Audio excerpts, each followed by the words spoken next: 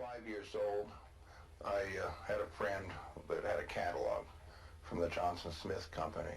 This was a big, fat book filled with all of these jokes, tricks, books on forbidden subjects, and the kind of things that probably an older kid would have loved even more than myself, but I was enthused about a lot of the pictures and the ads, and I started reading it as best I could, and subsequently went to his house over and over again just to see this sort of forbidden book.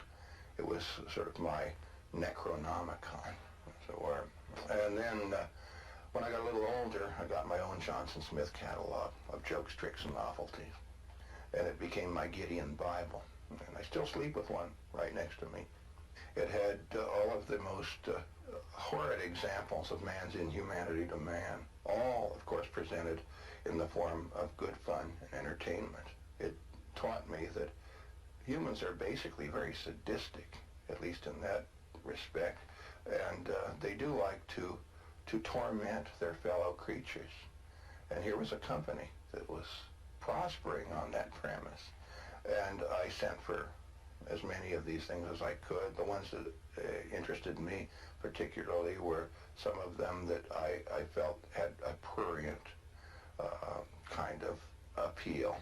One of them, I think the first thing I sent for was a little scope that you looked into that was supposed to give you X-ray vision. And it turned out that there was a sort of feather inside that gave you a Curlian effect at anything you looked at.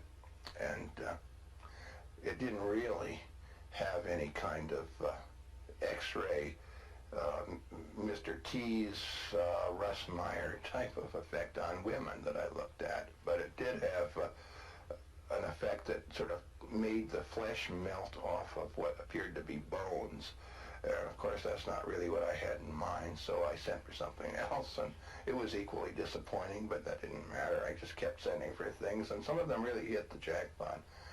Like one of them that was a box. It was called a voice tester, and it was small, probably 3 by 5 inches. It had a little speaker, or what looked like a speaker grill, and a button that you pushed with your thumb underneath the speaker.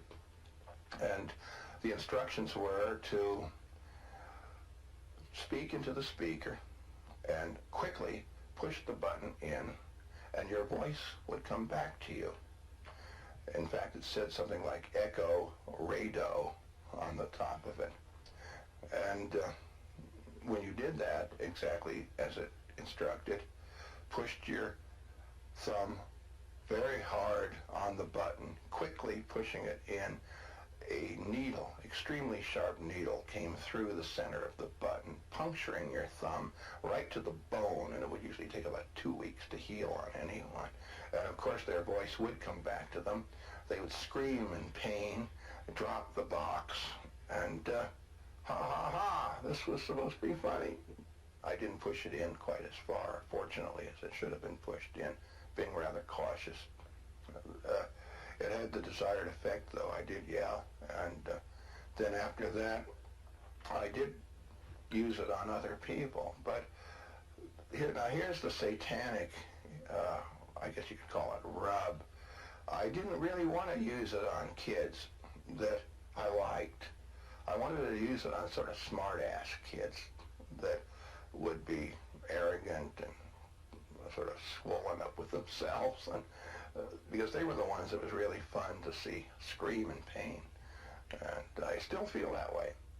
The Johnson Smith catalog is, of course, filled with all of these things like whoopee cushions, otherwise known as the poo-poo cushion.